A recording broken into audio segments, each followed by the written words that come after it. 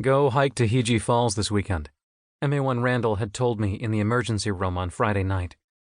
Take some pictures, post them on Facebook, make a few offhand comments about the rocks being slick, and you fell and busted your ass.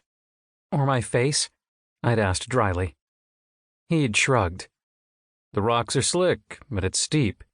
Trust me, it can be done. I hadn't gone anywhere on Saturday, partly sleeping off the long night, partly not wanting to venture outside the safety of my apartment. This morning, though, I decided I should put Randall's advice to good use before I went back to work tomorrow. Parked in front of the half-translated sign at the trailhead, I glanced at myself in the rearview. The bandage over my eyebrow and the welt on my cheekbone glared back. From this angle, I couldn't see the mark on my throat, but it throbbed enough to keep me aware of it. Every time I moved my hand, the raw skin on my knuckles burned. Skepticism swelled in my gut. Would anyone really buy that all this shit had happened in anything less than a fight? Hopefully they would. And if my dignity had to take a hit so my career didn't end before it had begun, then so be it. I sighed and got out of my car. Though it was still early in the day, the Okinawan heat and humidity were already in full swing.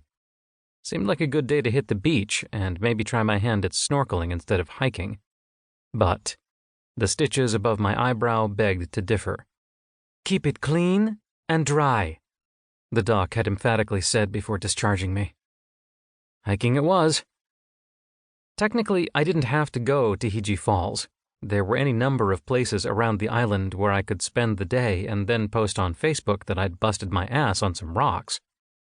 But I was rattled, and didn't have it in me to think of some other destination besides the one the cop had recommended. That, and I was still terrified of someone finding out what had really happened, and on some irrational level, I'd convinced myself that following his instructions to the letter would keep my secret on the down low where it belonged. Trust the Naval Academy to beat that into my skull. I started up the trail. I'd heard the kilometer-long hike to Hiji was a steep one, and it lived up to legend. The short stretch from the parking area to the trailhead was good and flat, but then it inclined sharply as it led into the thick forest.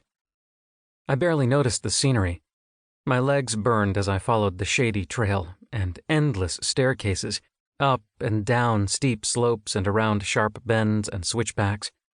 But my mind was a million miles away. Friday night shouldn't have happened the way it did. The warning signs had been there from the get-go. Glenn was drunk, and so was I, but I'd been coherent.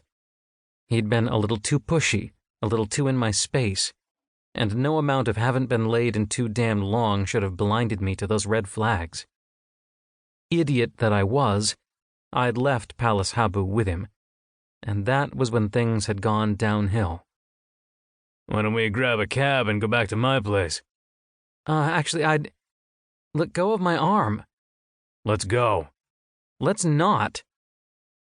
15 minutes later, I was in the back of a cab on my way to the hospital at Camp Lester, with a handful of cocktail napkins pressed against the cut above my eyebrow that would not stop bleeding. Freaked out, rattled, mind full of all of the things that could have happened to me if I hadn't landed that punch just right, if I hadn't managed to knock him back long enough to get up and bolt for the end of the alley.